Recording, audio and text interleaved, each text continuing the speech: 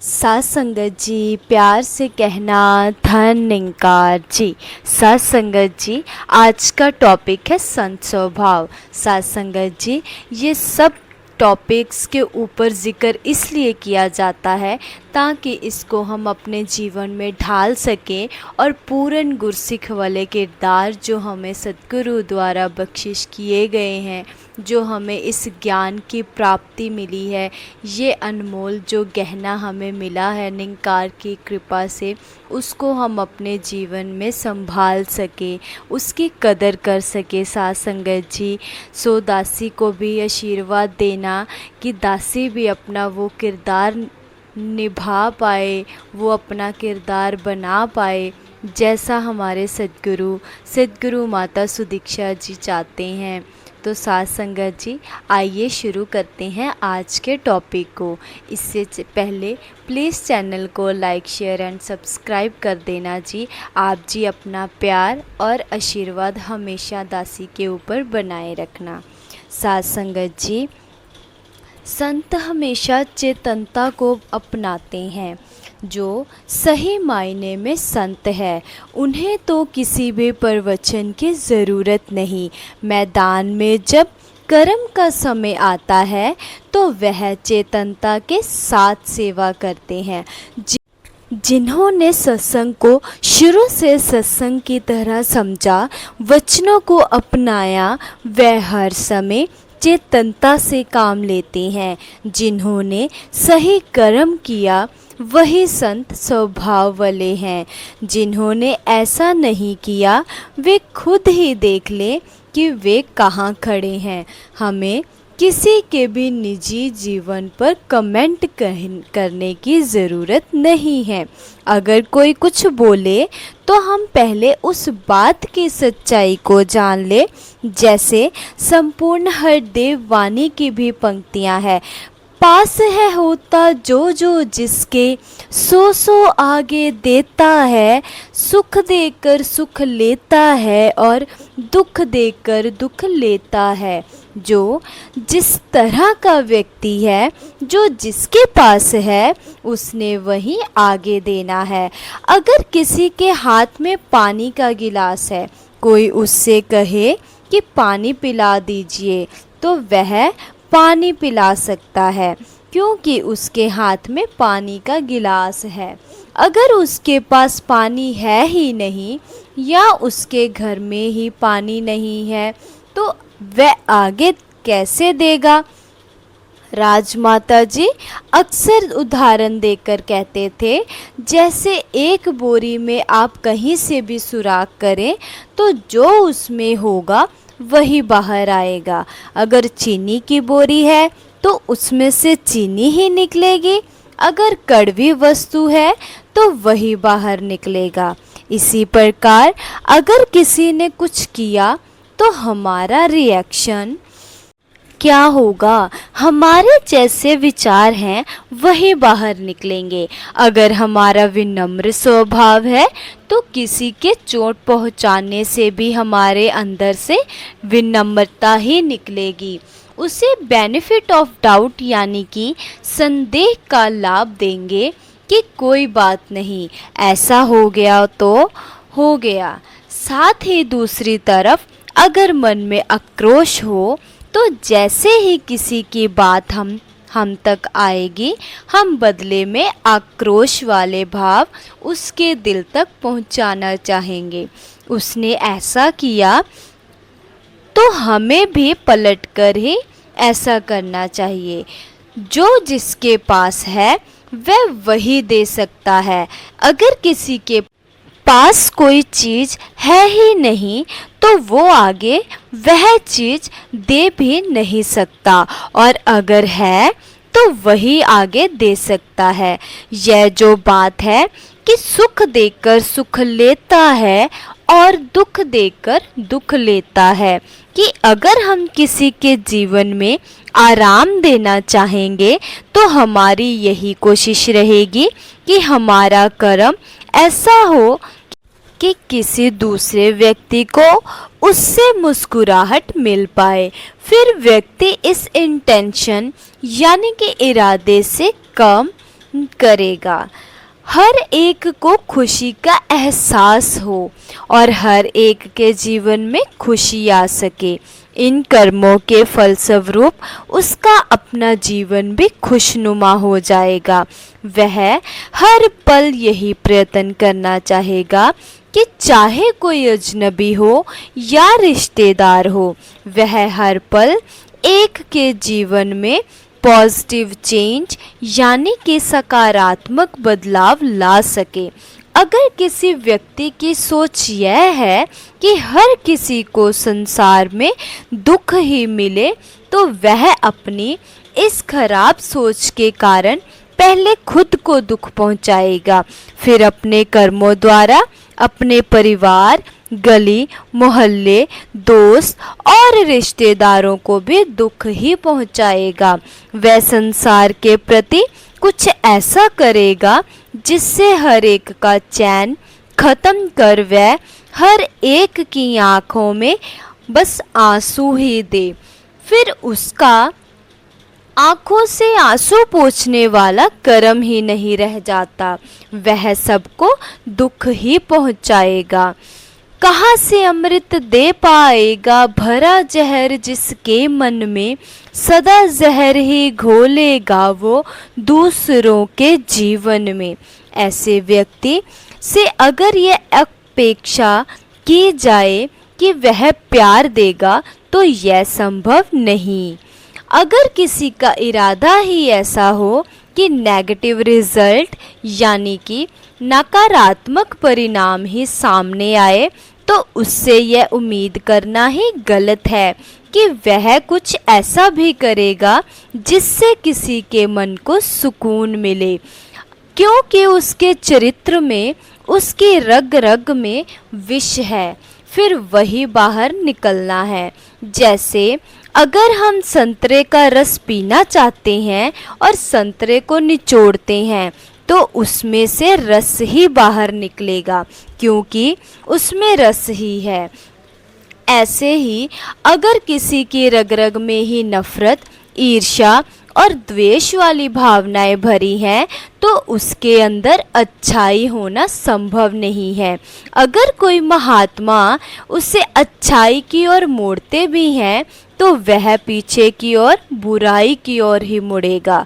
अच्छाई के समुद्र में डूब कर भी सूखा ही रहेगा।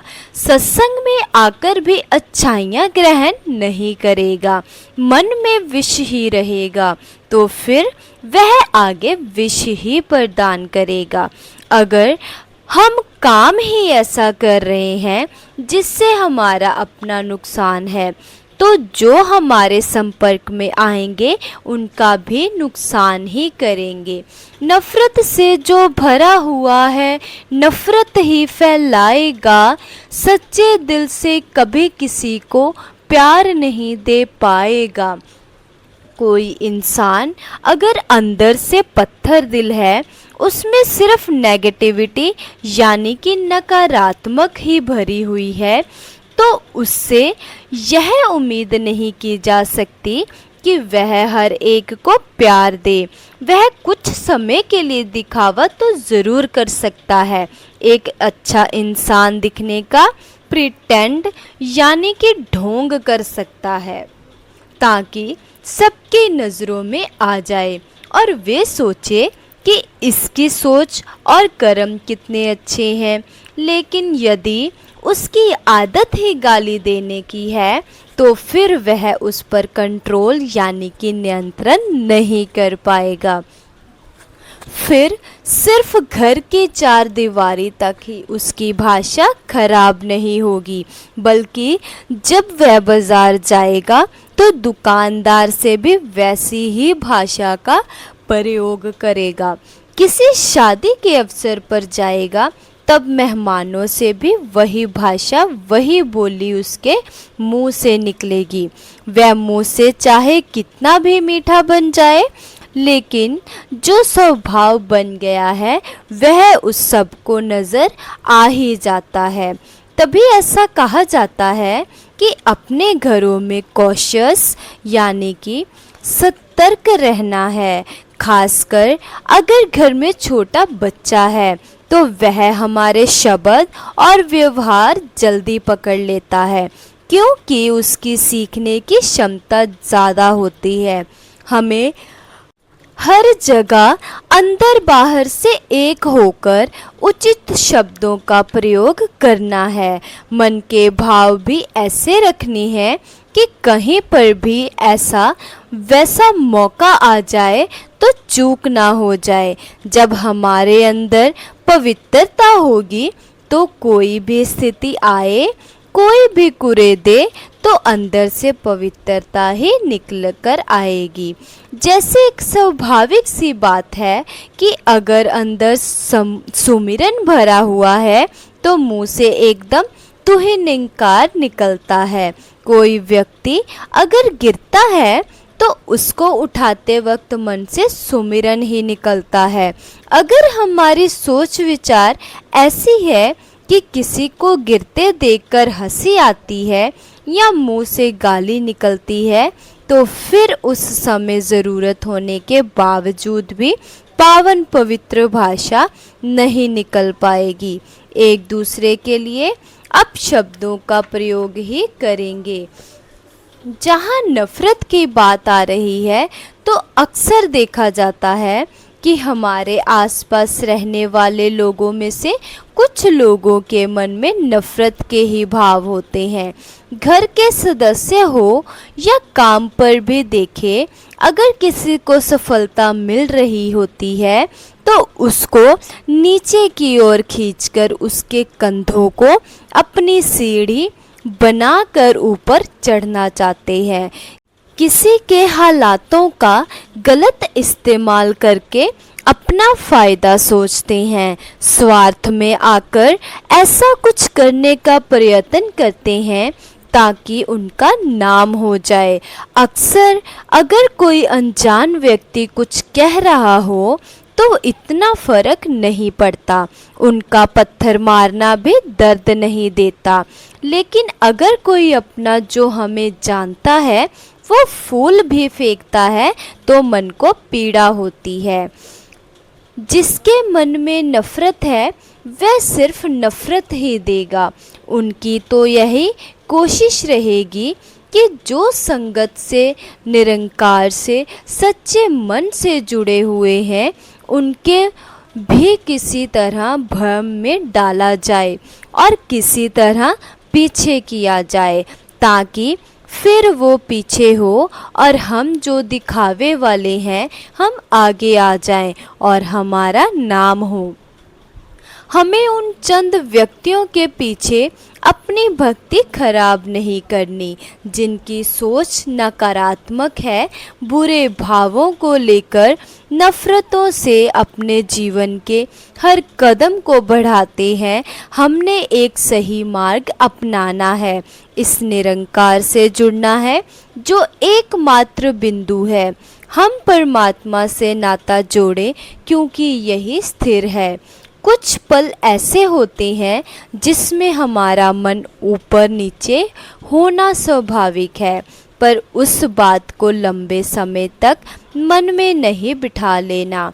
इस निरंकार का सहारा लेकर इस परमात्मा के ऊपर अपने मन को आधारित करके इसकी स्थिरता से खुद को स्थिर करना है।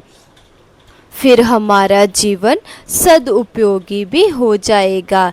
ये मन जितना स्थिर होगा उतनी ही सहजता से हम अपना जीवन चला पाएंगे, क्योंकि ये छल कपट करने वाले, नफ़रत करने वाले तो हर मोड़ पर मिलेंगे और वह भ्रमित भी करते रहेंगे।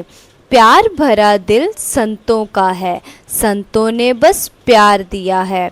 कहे हर देव सदा संतों ने जन जन पर उपकार किया।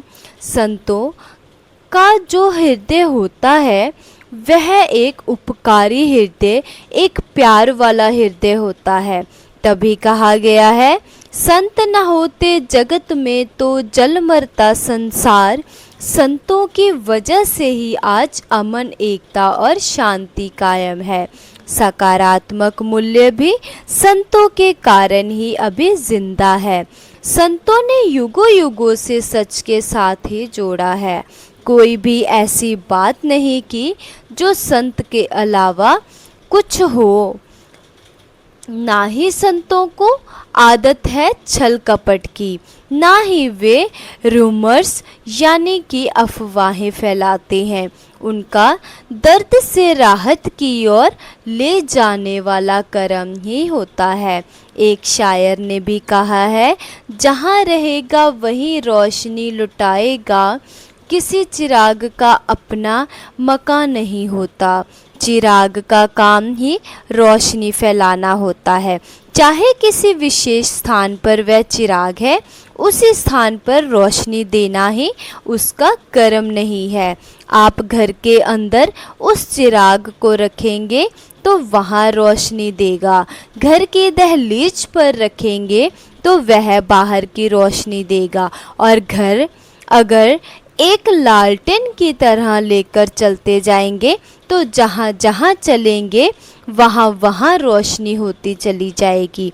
एक चिराग का काम एक जगह एक परिस्थिति तक ही सीमित नहीं। इसी तरह ऐसा नहीं होता कि एक संत कुछ समय के लिए ही संत होगा और उसके बाद संत नहीं होगा। यह 24 घंटे संत ही है। वह मन से इस परमात्मा से इकमिक हो जाता है। जैसे कहते हैं, और यह सच भी है कि ब्रह्म ज्ञानी आप निरंकार, फिर वह ब्रह्म ज्ञानी एक शरीर में तो है, पर उसके और निरंकार में कोई फर्क नहीं रहता। यह हम सोचे कि हमें किस श्रेणी में आना है, हमने दुख पहुंचाने वालों में ही रहना है या ऐसा काम करे जो हर एक को राहत पहुंचाए। प्यारी साथ संगत जी, प्यार से कहना धन निरंकार जी।